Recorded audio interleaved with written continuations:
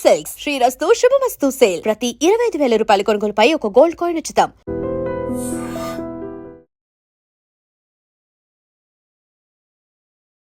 Hi నమస్తే, welcome to I dream. నేను మీ anchor Pratyusha. ఇప్పుడు వింటర్లో చాలా మందికి ఎక్కువగా ఫేస్ చేస్తున్న హెల్త్ ప్రాబ్లమ్స్ కోల్డ్, కాఫ్. అలాగే వీటితో పాటు చాలామంది ఈ మధ్య కాలంలో థైరాయిడ్ కావచ్చు, నిద్రలేమి మెయిన్గా, దీంతోపాటు రక్తపోటు, హార్ట్ అటాక్స్ ఇలాంటి వాటితో చాలా ఇబ్బందులు పడుతున్నారు. సో వీటన్నిటికీ యాక్యుపెంచర్లో మంచి వైద్యం ఉంది, అలాగే ఇన్స్టెంట్ రిలీఫ్ కూడా పొందవచ్చు అంటూ కూడా చెప్తున్నారు. ఈరోజు మనతో పాటు మన స్టూడియోలో దీని గురించి క్లియర్గా ఎక్స్ప్లెయిన్ చేయడానికి హీలర్ ఆక్యుపెంచరిస్ట్ జనార్దనచారి గారు ఉన్నారు. సో సార్తో మాట్లాడి మన విషయాలు తెలుసుకుందాం. నమస్తే సార్. నమస్తే అమ్మా. ఎలా ఉన్నారు? ఫైన్ అమ్మా, థ్యాంక్ యూ. సార్, మనకి వింటర్లో చాలా హెల్త్ ప్రాబ్లమ్స్ వస్తూ ఉంటాయి. మెయిన్గా కోల్డ్, కాఫ్, ఫీవర్ ఇవన్నీ వచ్చాయంటే వింటర్ వల్ల చెప్పొచ్చు, లేదంటే సీజన్ చేంజ్ అయితే కూడా వస్తూ ఉంటాయి. సో ఎందుకు అంటారు? అంటే మనం తీసుకున్న ఫుడ్ వల్లనా, లేదంటే సీజన్ చేంజ్ వల్ల అంటారా? అమ్మా, యాక్చువల్గా ఆక్యుపంక్చర్ ఏం చెప్తుందంటే దీనికి ప్రధానంగా 2 కారణాలు ఉంటాయి. ఓకే. ఒకటి, ఏదైనా ఒక సీజన్ నుంచి ఇంకో సీజన్ మారినప్పుడు ఒక పర్సన్ ఇన్ఫ్లుయెన్స్ గురవుతున్నారు, లేదా దాని ప్రభావానికి లోనయ్యి ఒక అనారోగ్యాన్ని తెచ్చుకుంటున్నారు అంటే ప్రధానంగా ఒక కారణం ఏంటంటే ఇమ్యూనిటీ తక్కువ ఉందని అర్థం. ఫర్ ఎగ్జాంపుల్, మనం ఇప్పుడు వింటర్లో ఉన్నాం. ఓకే. వింటర్లో ఉన్నామంటే అంతకుముందు ఉన్నటువంటి రైనీ సీజన్ నుంచి వింటర్ వస్తుంది, దాని తర్వాత వచ్చేది సమ్మర్ సీజన్ వస్తుంది. సో ఒక సీజన్ నుంచి ఇంకో సీజన్ మారే క్రమంలో ఆ ఏర్పడేటటువంటి వాతావరణ మార్పుల్ని అతను తట్టుకోలేకపోవడం వల్ల, ఆ ఇమ్యూనిటీ తక్కువగా ఉండడం వల్ల ఇమ్మీడియట్గా ఆ చిన్న చిన్న సర్ది, జ్వరము, కోల్డ్, బాడీ పెయిన్స్, హెడ్ఏక్ లాంటివి వస్తాయి. ఇది ఒక రీజన్. రెండవది ఏంటంటే, మనం ఇంకొక మేజర్ చెప్పేది ఏంటంటే, ఎప్పుడైనా సరే ఒక దశలో చేసిన పొరపాట్లు రెండవ దశలో కనిపిస్తాయి. ఫర్ ఎగ్జాంపుల్, ఇంకా కొంచెం బ్రాడ్గా చెప్పాలంటే, బాల్యంలో కనుక కరెక్ట్గా ఫౌండేషన్ లేకుంటే, ఏది డయట్ కానీ, మన జీవన విధానం కానీ, అలవాట్లు కానీ బాల్యంలో సరిగ్గా లేకపోతే, బాల్యంలో సరిగ్గా చదువుకోకపోతే అనుకుందాం, చేయకపోతే దాని ప్రభావం యవ్వనంలో కనిపిస్తుంది. అవును కదా, యవ్వనంలో ఇబ్బంది పడతాడు, ఉద్యోగం రాదు, అన్ఎంప్లాయ్మెంటు, స్ట్రగుల్, ఇక రకరకాల సోషల్ ఇబ్బందులు, ఎకనామికల్ అన్నీ వస్తాయి. అట్లనే యవ్వనంలో చేసే మిస్టేక్స్ కొన్ని ఉంటాయి వయసులో ఉన్నప్పుడు, ఆ ప్రభావం వృద్ధాప్యంలో కనిపిస్తుంది. సో దీన్ని బట్టి ఆక్యుపంక్చర్ ఏం చెప్తుందంటే, ఇప్పుడు మీరు ఏదైనా పొరపాటు చేస్తే నేను ఇప్పుడు బాగానే ఉన్నానే అనుకుంటాం, కానీ నెక్స్ట్ ఇంకో సీజన్ వస్తుంది. ఈ సీజన్లో తినకూడని పదార్థాలు తిన్నా, ఈ సీజన్లో మనం చేయాల్సిన పనులు యాక్టివిటీ చేయకపోయినా, ఆ ప్రభావం అప్పుడు కనిపించకపోయినా కూడా నెక్స్ట్ సీజన్లో ఖచ్చితంగా వస్తుందని ఈ సైకిల్, ఒక హ్యూమన్ సైకిల్ అనేది ఒక సీజనల్ మార్పుల ద్వారా మనలో ప్రస్ఫుటం అవుతాయి, బహిర్గతం అవుతాయని ఆక్యుపెంచర్ వెర్షన్ ఉంది. సో అందువల్ల మనం ఇప్పుడు నాకేం కాలేదు అనుకోవడం లేదు. అవును, ఇప్పుడు మీరు చెప్పినట్లే ఇమ్యూనిటీ లేకపోవడం వల్ల వంటి ఎక్కువగా వస్తూ ఉంటాయి. కానీ కొంతమంది ఏంటంటే, నేను చాలా స్ట్రాంగ్గా ఉన్నాను, అంటే బలంగా ఉన్నాను, బట్ నాకెందుకు ఇమ్యూనిటీ లేదు అని ఫీల్ అవుతూ ఉంటారు. అంటే ఎలా అది? ఇమ్యూనిటీ అంటే బలంగా ఉన్నారంటే ఫిజికల్గా ఉండొచ్చు, బలంగా ఉండొచ్చు, కానీ మన బలం ఎలా బలం కాదు ఇక్కడ కావాల్సింది. అంటే ఇమ్యూనిటీ అనేది ఒక ఎనర్జీ, శక్తి. ఏం శక్తి అది? రోగ నిరోధక శక్తి, వ్యాధులని నియంత్రించే శక్తి. రెండవది, ఉన్న వ్యాధులను ఎదుర్కొనే శక్తి, ఆల్రెడీ ఉన్నది దాన్ని బయటికి పంపించే శక్తి కూడా రోగ నిరోధక శక్తే. రోగాలను తగ్గించుకోవాలన్నా అది ఉండాల్సిందే. ఒకవేళ ఫ్రెష్గా బయట నుంచి ప్యాథోజన్స్ అంటాం కదా, ఏంటి, వాతావరణం మారినప్పుడు ఏర్పడేటువంటి కొన్ని వైరల్ ఫీవర్స్, వైరస్ మారింది, bacteria, external pathogens, fungal infections, వీటన్నీ కూడా బయట నుంచి వచ్చే వాటిని ఎదుర్కొనే శక్తి లేకపోయినా కూడా ఈ సమస్యలన్నీ వస్తాయి. ముఖ్యంగా ఏంటంటే, ఇందాక అనుకున్నాం కదా, దానికి ప్రధానమైన కారణం ఏంటంటే ఇమ్యూనిటీ ఎందుకు తక్కువ ఉంటుంది? డయట్లో ఉన్నటువంటి ఇబ్బందులు కానీ, ఫిజికల్ యాక్టివిటీలో ఉన్న ఇబ్బందులు కానీ, మానసికంగా ఎదుర్కొనేటటువంటి ఒక ఛాలెంజెస్ కానీ, అంటే మైండ్ రిలేటెడ్ ఇష్యూస్ కూడా ఉంటాయి. ఓకే. ఇప్పుడు మనం ఎంత స్ట్రాంగ్గా ఉన్నా కూడా మైండ్ కూడా స్ట్రాంగ్గా ఉండాలి. Sound mind in a sound body అని అంటాం మనం. సో ఇవన్నీ కూడా ఎలా ఉంటుందంటే, ఫర్ ఎగ్జాంపుల్ చూడండి, మనస్సు మన ఆరోగ్యం మీద ఎంత ప్రభావం చూపిస్తుందంటే, ఫర్ ఎగ్జాంపుల్ ఇప్పుడు మనము మంచి స్ట్రాంగ్ ఎక్సర్సైజ్ చేసే బాడీ, ఒక భీముడిలా ఉన్నాడు అనుకుందాం, కానీ ఒక ఫోన్ వచ్చింది ఎక్కడి నుంచో, ఒక 10 కోట్ల నష్టం వచ్చిందనో, ఏదో ఇబ్బంది అయిందనో, వెంటనే కొలాప్స్ అయిపోతాడు. మరి ఇక్కడ స్ట్రాంగ్ స్ట్రెంగ్త్ ఏమైంది? News, mind strength.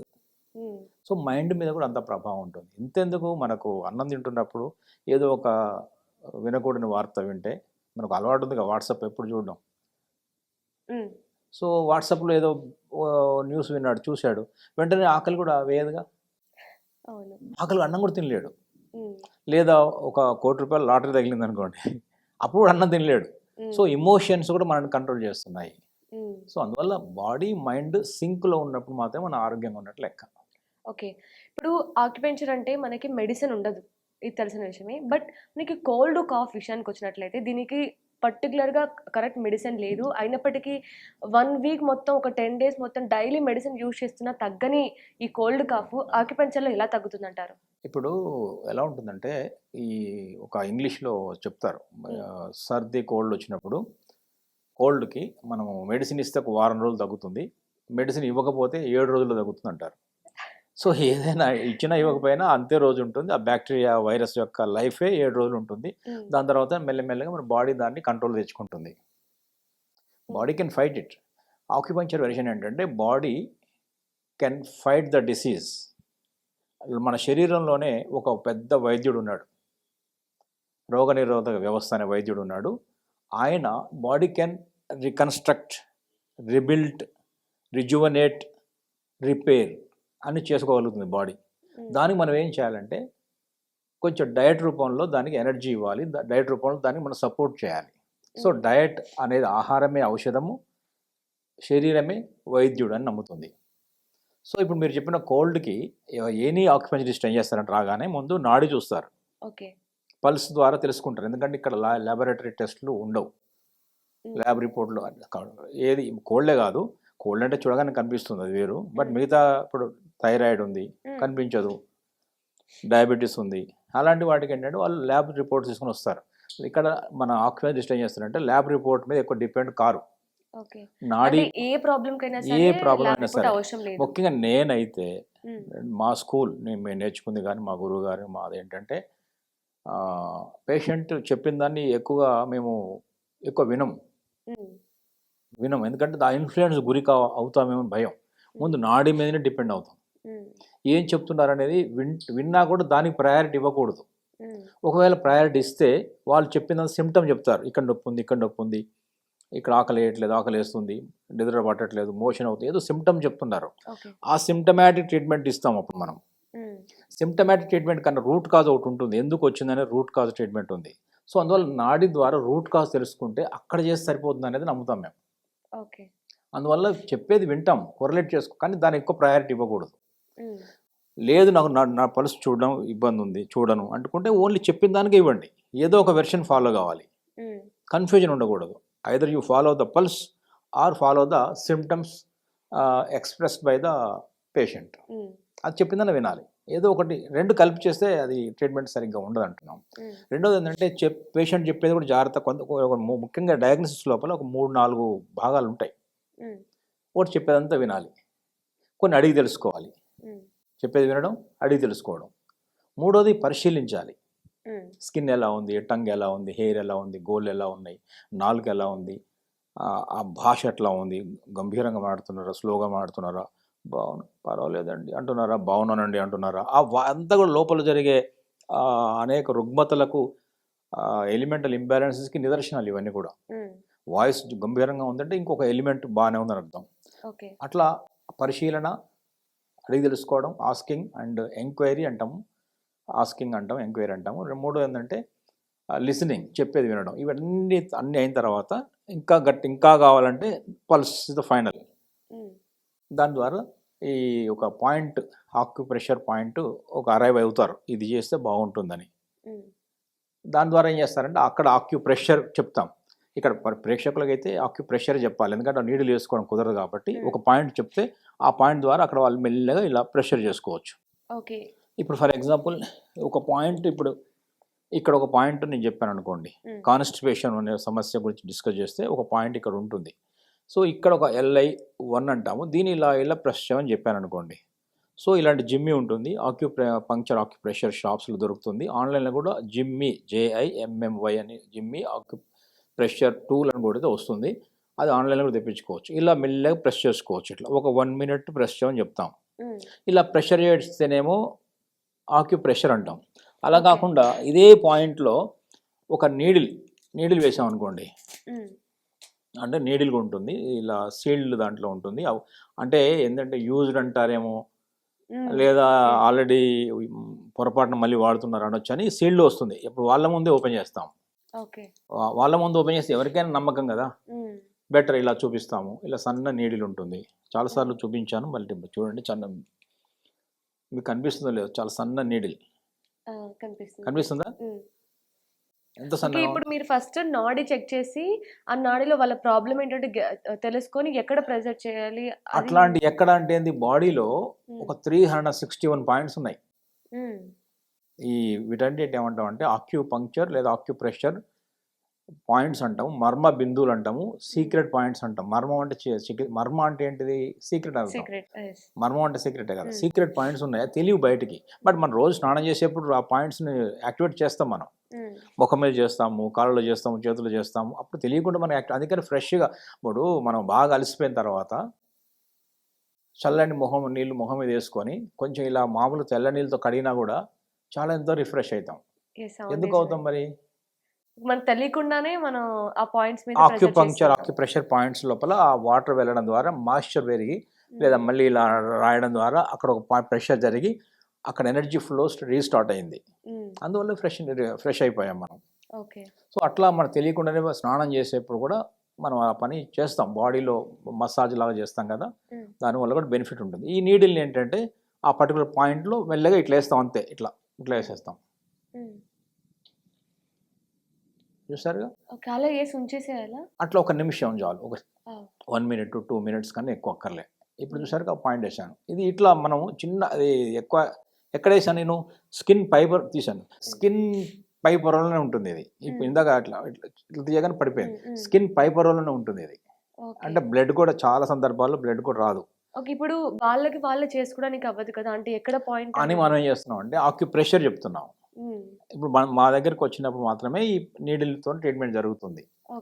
లేదంటే మాకు నీడిల్ వద్దు, చిన్నపిల్లలు ఉన్నారు, కొంచెం భయపడుతున్నారు అంటే దాని ప్రెషర్ కూడా చేస్తాం. ఇప్పుడు ఇదే పాయింట్ని మనం ఏం చేయొచ్చు, ప్రెషర్ కూడా చేయొచ్చు. ఇలాంటి దాంతో ఆ పర్టికులర్ పాయింట్ ఐడెంటిఫై అయింది కదా, ఈ పాయింట్ ద్వారా ఆ సమస్యకు పరిష్కారం అనుకున్నాం. అప్పుడు దీన్ని ఇలా చేయడం ద్వారా ఒక 1 మినిట్ అలా ఇలా జెంటిల్ ప్రెస్ చేయడం ద్వారా ఖచ్చితంగా అవుతుంది. ఇప్పుడు సర్ది కోల్డ్ అనుకోండి, వింటర్ లోపల మనం టాపిక్ వచ్చినప్పుడు ఇది కొంచెం ఇదేంటంటే లో ఇమ్యూనిటీ వల్ల వస్తుంది. సీజన్స్ మారినప్పుడు మనం అంతకుముందు చేసినటువంటి తిన్న ఆహారాలన్నీ ఇక్కడ వికారాలుగా మారుతాయి, ఇక్కడ బయటకు వస్తాయి. సో అందువల్ల గతంలో చేసిన చిన్న తెలియక చేసిన డైటరీ మిస్టేక్స్ అవేవో ఇక్కడ ఈ సమస్యలు ఇప్పుడు వస్తాయి. సో ఎప్పుడు రాసిన ఎగ్జామ్స్ రిజల్ట్స్ ఇప్పుడు వచ్చినట్టు కదా. సో వీటికి ఏంటంటే మనం ఈ ముఖ్యంగా నోస్ బ్లాక్ అంటాము. ఇప్పుడు ఫీవర్ రావచ్చు, బాడీ పెయిన్ రావచ్చు, హెడేక్ రావచ్చు. ముఖ్యంగా అదే నోస్ బ్లాక్ అనే దాని మీద ఏంటంటే చాలాసార్లు చెప్తాను నేను, ఒక మంచి ప్రెషర్ పాయింట్స్ ఉంది ఇక్కడ. ఈ నోస్కి ముందు ఏది చేసినా సరే, ముఖం మీద ఏం చేసినా సరే, నోస్ దగ్గర అయినా, లిప్స్ దగ్గర అయినా, కళ్ళల్లో అయినా, ఎక్కడైనా సరే ముందు శుభ్రంగా చేతులు కడుక్కోవాలి. ఎందుకంటే మనం ఏదో ముట్టుకుంటాం, ఏదో పట్టుకొని ఉంటాం. మెట్రో వచ్చినప్పుడు లిఫ్ట్ ఎక్కుతాము, అవి ఎక్కుతాము, చాలా వందల మంది అక్కడ ట్రావెల్ చేస్తారు. సో అందరు దాన్ని పట్టుకొని ఉంటారు. సో అందువల్ల మనం ఎప్పుడు ఫస్ట్ మనం ఎక్కడ ఆక్యుప్రెషర్ చేసుకున్నప్పుడు చేతి ద్వారా హ్యాండ్ అనేది చాలా పరిశుభ్రంగా ఉంచుకోవాల్సిన అవసరం ఉంది. దాని తర్వాత క్లీన్ అయిన తర్వాత, తుడిచిన తర్వాత ఇప్పుడు ఈ నోస్ బ్లాక్ని ఎట్లా క్లీన్ చేయాలి, ముందు ఓపెన్ చేయాలి. ముందు ఊపిరి ఆడాలిగా. అప్పుడు ఇక్కడ నుంచి ఇక్కడ కనబడుతుందో, ఇక్కడ నుంచి కొంచెం కిందికి వచ్చినప్పుడు ఈ గ్రూలో ఇక్కడ చిన్న గ్రూ లాగా అనిపిస్తుంది. ఇలా చేసుకోవచ్చు. ఫస్ట్ ఓపెన్ అవుతుంది. కోల్డ్ ముందు నోస్ బ్లాక్ క్లియర్ అవుతుంది. ఎవరైనా సరే ఇప్పుడు మనం చూసేవాళ్ళు నోస్ నా బ్లాక్, ఇది బ్లాక్ ఉంది అనుకున్న వాళ్ళు ఇలా చేసి చూడండి. క్లాక్ వైజ్ చేయండి, క్లాక్ వైజ్ ఇప్పుడు క్లాక్ వైజ్ చేయండి. క్లాక్ వైజ్ ఇట్లా ఇన్స్టెంట్ గా రిలీఫ్ వస్తుంది. ముందు ఓపెన్ అవుతుంది, నోస్ క్లియర్ అవుతుంది. ఇది ఒకటి. ఇది LI20 గూగుల్ చేసినా కూడా చేసుకోవచ్చు. ఈ పాయింట్ పేరు ఏమంటాం అంటే లార్జ్ LI20 పాయింట్ అంట దీన్ని. ఓకే. LI20 అనే పాయింట్ చేసుకోవడం ద్వారా ముందు నోస్ క్లియర్ ఓపెన్ అవుతుంది, బ్రీత్ అనేది చేసుకోగలుగుతారు. ఇది కాఫ్కి సార్? ఇప్పుడు కాఫ్ ఉందనుకోండి, కాఫ్ అంటే ముందు బ్రీతింగ్ క్లియర్ అయిందంటే కొంచెం కాఫ్ కూడా కంట్రోల్ అవుతుంటుంది. బట్ దానికి కూడా ఏం చెప్పొచ్చు అంటే ఒకవేళ ఇప్పుడే స్టార్ట్ అయింది అనుకున్నప్పుడు ఈ పాయింట్ చేయొచ్చు. ఓకే. ఇందాక ఈ ఇండెక్స్ ఫింగర్, ఈ గోరు, బొటనవేలు వైపు, ఇక్కడ ఈ మార్జిన్లో ఈ గోరు యొక్క కార్నర్లో కనిపిస్తుందా?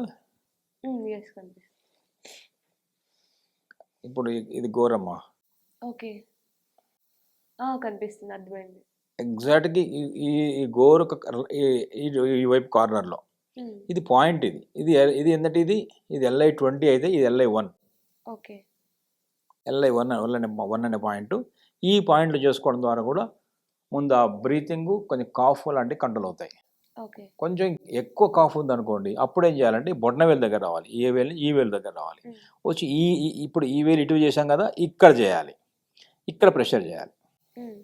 ఇప్పుడు మనకి కాఫ్ లో కూడా 2 డిఫరెంట్ కాఫ్స్ ఉంటాయి. ఏంటంటే మనకి డ్రై కాఫ్, డ్రై కాఫ్ కూడా ఉంటుంది. సో రెండిటికి సేమ్ ట్రీట్మెంట్? డ్రై కాఫ్ ఏదైనా ఎందుకు వస్తుందంటే బేసిక్గా మనం అర్థం చేసుకోవాల్సింది లంగ్ ఎనర్జీని ఇంప్రూవ్ చేయాలి. లంగ్ ఎనర్జీ కనుక సరిగ్గా లేకపోతే ఈ లోపల పేరుకున్నటువంటి కఫము బయటికి రాదు. ఫ్లెమ్ కానీ కఫం కానీ వాట్ ఎవర్ ఎక్స్టర్నల్ వేస్ట్ అంతా కూడా లంగ్స్లో కొంత అక్యుములేట్ అయింది. అందువల్ల బయటికి పంపలేకపోతుంది. లంగ్స్లో కావచ్చు, ఇక్కడ క్యావిటీస్లో కావచ్చు.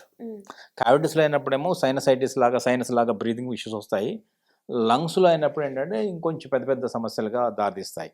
కాఫ్ కానీ ఇదంతా కూడా ఈ ఫ్లెమ్ పేరుకుపోవడమే. దాన్ని లంగ్స్ ఎనర్జీ ఎప్పుడైతే పెరుగుతుందో అది వెంటనే బయటికి పంపించగలుగుతుంది. ఎక్కువ ఇమ్యూనిటీ ఉన్నప్పుడు ఒక సమస్య రాగానే దాన్ని బాడీ పరిష్కరించుకుంటుంది. అప్పుడు లో ఇమ్యూనిటీ వల్ల ఏంటంటే అది లోపల పేరుకుపోయింది. ఈ సీజన్లో ఏంటంటే ట్రిగ్గర్ అయింది. దాన్ని మనం ఏం చేస్తున్నాం అంటే మళ్ళీ ఇది LU11 అంటాము. ఇది మంచి పాయింట్ లంగ్లో, ఇది లార్జ్ ఇంటెస్టైన్లో. సో ఈ లార్జ్ ఇంటెస్టైన్ పాయింట్ కానీ ఈ లంగ్ పాయింట్ కానీ చేసినప్పుడు మళ్ళీ లంగ్ ఎనర్జీ రిస్టోర్ అవుతుంది. ఆ వేస్ట్ని తాను ఎనర్జిటైజ్ అయ్యి లంగ్ బయటికి పంపించే శక్తి వస్తుంది. అప్పుడు ఇట్ త్రోస్ అవుట్. అప్పుడు ముక్కు కారణం స్టార్ట్ అవుతుంది. ఏంటంటే మీరు చెప్పారు ఇలా అన్న తర్వాత ముక్కు ఇంకెక్కువ కారణం మొదలైంది కదా అంటారు. ఎక్కువ వేస్టేజ్ మొత్తం బయటకు వచ్చేస్తుంది. వేస్ట్ అంతా బయటకు వస్తుంది. ఎక్కువ నోసల నుంచే కాకుండా ఫ్లెమ్ నోట్లో నుంచి వస్తుంది, పొద్దున్నే సర్ది ఎక్కువ అవుతుంది, వెళ్ళిపోతుంది అంటే వెళ్ళనియండి. ఓకే. ఇప్పుడు రాకుండా కూడా ఈ ట్రీట్మెంట్ తో ఆపొచ్చు కదా సార్? అంటే ముందే చేసుకోవడం వల్ల రాకుండా ఉంటుందా? రాకుండా అంటే ఊరికే జనరల్గా రెగ్యులర్గా ఇలా చేసుకోవడం ద్వారా లంగ్ ఎనర్జీ బ్రీతింగ్ పెరుగుతుంది, లార్జ్ ఇంటెస్టైన్ మోషన్ క్లియర్ అవుతుంది. చాలా ఇప్పుడు మోషన్ అయినా వేస్టే, అక్కడ పేరుకుంటుంది, సమస్యలు వస్తున్నాయి. లంగ్లో వేస్ట్ పేరుకుంటే ఇక్కడ సమస్యలు వస్తున్నాయి. అంటే వ్యర్థ పదార్థాలు బయటికి వెళ్ళాల్సినవి వెళ్ళకుండా శరీరంలో ఎక్కడో దగ్గర పోగుపడడాన్నే రోగం అంటున్నాం. ఆ వ్యర్థాలని బయటికి పంపించే విధానాన్నే చికిత్స అంటున్నాం. ఓకే. సో ఇప్పుడు మనకి వింటర్లో ఇలాంటి ప్రాబ్లమ్స్ అనేవి రాకుండా ఎలాంటి ఫుడ్ తీసుకోవాలి, ఎలాంటి ఫుడ్ తీసుకోకూడదు అంటే ఏం చెప్తారు? ఫుడ్ విషయానికి వచ్చినప్పుడు కొంత జాగ్రత్త. ఎందుకంటే మేము ఆక్యుపెంచర్లో ఆహారమే ఔషధం అని చెప్తున్నాం. ఔషధం మందులు ఉండవు కాబట్టి ఫుడ్ యాజ్ మెడిసిన్. ఇప్పుడు మనం ఫుడ్ కనుక కరెక్ట్గా పద్ధతి ప్రకారం తీసుకుంటే మన ఔషధాలు మింగాల్సిన పని లేదు.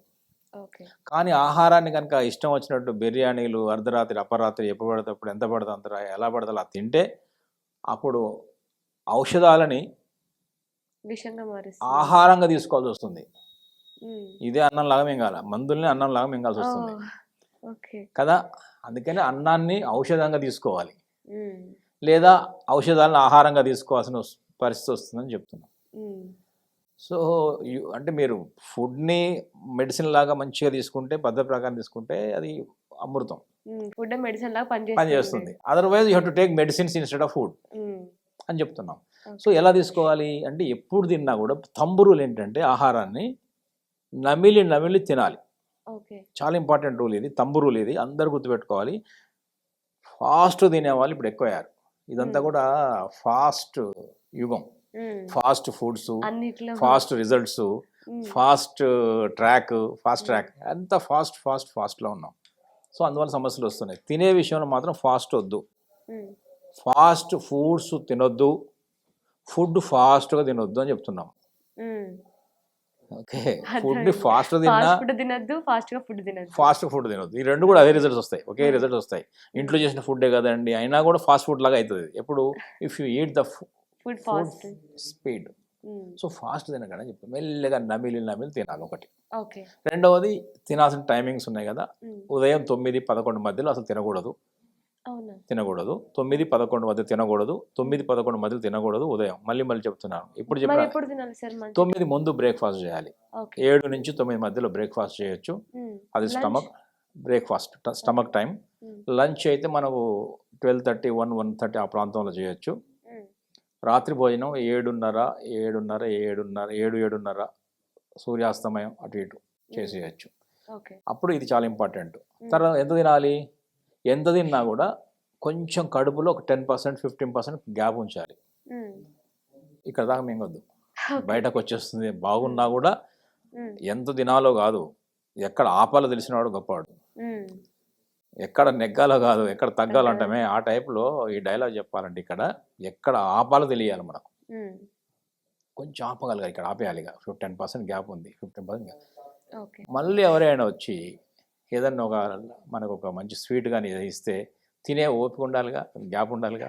అబ్బో ఇక నా లాభం లేదన్నది అంటే ఆ గ్యాప్ పెట్టుకోవాలి. ఉమ్. అదొకటి. ఇక మూడో ఎప్పుడు తినాలో చెప్పాము, ఎలా తినాలో చెప్పాము, ఎంత తినాలో చెప్పాము. ఉమ్. ఏ ఫుడ్ తినాలనేది అందరు చెప్తూనే ఉన్నారు. ఉమ్. బేకరీ ఫుడ్ వద్దని కదా, ఉమ్. ఫాస్ట్ ఫుడ్స్ వద్దని, తర్వాత ఈ మైదాలు. ఇప్పుడు బనానా కూడా మనం తిన్న తర్వాత అంటే ఫుడ్ తిన్న తర్వాత బనానా తింటే మనకి మంచిగా డైజెస్ట్ అవుతుంది, మంచిదని చెప్తూ ఉంటారు. కానీ అది కొంతమంది ఏంటంటే నైట్ తిన్న తర్వాత బనానా తినకూడదు అని చెప్తుంటే నిజమేనా? అంటే చాలామంది ఏం చెప్తారంటే యాక్చువల్లీ ఇది బనానా విషయంలో వచ్చినప్పుడు అసలు యాక్చువల్లీ ఏ ఫ్రూట్స్ కూడా ఉమ్. భోజనం తర్వాత ఫ్రూట్స్ తినకూడదు. తినకూడదు. ఓకే. భోజనానికి ముందు తినాలి ఫ్రూట్స్. ఒక అరగంట ముందు తినండి ఫ్రూట్స్. తింటే ఏంటంటే ఆ ఫ్రూట్స్ మనకు చాలా బాగా పనిచేస్తాయి. రెండవది, ఆ ఫ్రూట్స్ తిన్నాం కాబట్టి అన్నం తక్కువ తింటాం. ఉమ్. అన్నం తినాల్సినంత తినేసి ఉమ్. మళ్ళీ ఫ్రూట్స్ తినడం ఇంకెందుకు, అది ఎక్స్ట్రా బర్డెన్ కదా. రెండోది ఏంటంటే ఫ్రూట్స్ కూడా అవి మిక్స్ చేస్తారు కదా, రకరకాల ఫ్రూట్స్ రకరకాల పనిచేస్తాయి. అందులో పుల్లని ఉంటాయి, తీయని ఉంటాయి, రకరకాల టేస్ట్లు అవి ఉంటాయి. ఉన్నప్పుడు బాడీ అది రకరకాలుగా సఫర్ అవుతుంది డైజెషన్ లోపల. ఉమ్. సో ఒకసారి తిన్నప్పుడు ఒక రకం ఫ్రూట్స్ తినడం మంచిది కదా, ఉమ్. అంత మిక్స్ చేసి గందరగోళం చేయడం కన్నా కూడా. ఉమ్. సో సింపుల్ ఫుడ్ ఇవ్వడం మంచిది. ఎప్పుడైనా సరే స్టమక్ని కన్ఫ్యూజ్ చేయకూడదు. ఒకేసారి వేడి పదార్థం బిర్యానీ, కూల్ డ్రింక్ చల్లది, వేడి బిర్యానీ, ఈ రెండు ఇవ్వడం వల్ల పొట్ట కన్ఫ్యూజ్ అవుతుంది. అట్లనే తీయని పదార్థాలు ఒకసారి, పుల్లని పదార్థాలు ఒకసారి ఇవ్వడం కూడా మంచిది కాదు. అట్లనే వేడి చల్లదని అనుకున్నట్టే విరుద్ధ ఆహారాలు ఇవ్వద్దని చెప్తున్నాం. ఓకే. సింపుల్ ఇస్తే సింపుల్గా పనిచేస్తుంది కదా. ఉమ్. ఓకే. ఇప్పుడు జలుబు కావచ్చు, జ్వరానికి కావచ్చు, ఈవెన్ దగ్గు కావచ్చు, మీరు నాడి చెక్ చేసి వాళ్ళ పల్స్ ఎలా ఉంది దాన్ని బట్టి మీరు ఎక్కడ ప్రెజర్ చేయాలో పాయింట్ చెప్తారు. కరెక్ట్. అంతేనా? అంటే ఇంకొకటి నీడిల్తో వాళ్ళు చేసుకోవడానికి కుదరదా? ఎంత డెప్త్ వేయాలి, ఎక్కడ వేయాలి, అంత వాళ్ళకి కన్ఫ్యూజన్ ఉంటుంది. కాబట్టి నీడిల్ అనేది అసలు అది ఎవరికి వాళ్ళు వేసుకోవడం కుదరదు. ఇప్పుడు నాకు నీడిల్ నేనే వేసుకోను. ఓకే. డైరెక్ట్ మిమ్మల్ని సంప్రదించడం మంచిది. ఇంకొక ఆక్యుపెంచరిస్ట్తోనే అడుగుతా నేను. ఉమ్. మా ఫ్రెండ్ వస్తారు, ఆయన నా నాడి చూస్తారు, నాకు నీడిల్ వేస్తారు. వారానికి ఒకసారి సెల్ఫ్ హీలింగ్ చేసుకుంటాం మేము. ఓకే. నేను ఆయన చేస్తాను. మనమే నాకు నేనే నీడిల్ వేసుకుంటే కొంచెం ఇబ్బంది పడతాను. ఉమ్. కొన్ని చోట్ల అందవు కూడా. ఉమ్. ఇప్పుడు ఇక్కడ నీడిల్ వేయాలి, అందదు కాళ్ళల్లో. ఇక్కడ కొన్ని చోట్ల ఇబ్బంది ఉంటుంది, వేయాలి ఇబ్బంది, నాకు చూసుకొని వేయలేను కదా. ఉమ్. సో అందువల్ల నీడిల్ వద్దు. ప్రెషర్ చేసుకోండి. ఇంకా ప్రెషర్ డౌట్ ఉంది అనుకోండి, ట్యాపింగ్ చేసుకోవచ్చు. ఓకే. ట్యాప్ చేసుకోవచ్చు. ఓ, ఈ ఆప్షన్ కూడా ఉంది. ట్యాప్ చేసుకోవచ్చు. ఇప్పుడు కింద చెప్పిన కదా, ఇప్పుడు ఈ పాయింట్ దొరకట్లేదు ఏంటంటే ఇది మొత్తం ఈ ఫింగర్ అంతా ఇలా అనండి, ఉమ్. కన్ఫ్యూజన్ లేదు కదా. ఓకే. ఏం మనకి ఆ పాయింట్ ఎక్కడ హిట్ అవుతుంది కదా. ఉమ్. అట్లా ఇది దొరకలేదు పాయింట్, మొత్తం ఈ ఫింగర్ మొత్తం పెద్ద బొటన వేలు అంతానండి. బొటన వేలు ఇలా అన్నా కూడా ఏమవుతుందంటే ఇట్ ఈస్ హెడ్. ఉమ్. కాబట్టి ఇక్కడున్న తలనొప్పి, ఇక్కడున్న బాధలు కూడా తగ్గిపోతాయి. ఇక్కడ బ్లడ్ సర్క్యులేషన్ కూడా పెరుగుతుంది. ఉమ్. సో మనం ఓకే. అయితే మన బాడీలో వచ్చే ప్రాబ్లమ్స్ కి మన బాడీలోనే సొల్యూషన్ ఉంది. సొల్యూషన్ ఉంది. అది మన బాడీ చేసుకోగలుగుతుంది. అది చేసుకోవడంలో ఇబ్బంది పడినప్పుడు మాత్రమే మనం దానికి కొంచెం అసిస్ట్ చేయాలి. ఓకే. అంటే దానికి ఆహారం ఇవ్వాలా, దానికి రెస్ట్ ఇవ్వాలా, దానికి ఎలాంటి ఇబ్బంది కలగని పదార్థాలు ఇవ్వాలనేది చూసుకోవాలి. ఓకే. అప్పుడు మనం ఖచ్చితంగా మన సెల్ఫ్ హీలింగ్ అని సాధ్యం అవుతుంది. సెల్ఫ్ హీలింగ్ అని చాలా better. Okay. Thank you so much sir, చాలా చక్కగా చెప్పారు. నమస్తే అమ్మా. And for more videos, Please subscribe to iDream. Please subscribe to iDream. Please subscribe iDream. And please subscribe to iDream. For more videos, subscribe to iDream. please like, share, and subscribe to the channel. Congratulations, iDream. Subscribe to iDream. Subscribe to iDream. So subscribe to iDream Media. iDream की iDream team अंदर की huge congratulations. Please subscribe iDream Media. Please subscribe to iDream. Subscribe iDream. Please subscribe to iDream. iDream అంటే నా కళల ఛానల్ను subscribe చేసుకున్న నోరు తిరుగుతలేదు, మీరైతే గంట గుర్తు కొట్టండి. For more such videos, please subscribe to iDream. Subscribe to iDream. Please subscribe to iDream. Please subscribe iDream Media. Please do subscribe to iDream. Please subscribe to iDream Media. For best entertainment and information, please subscribe iDream. And don't forget to subscribe to iDream.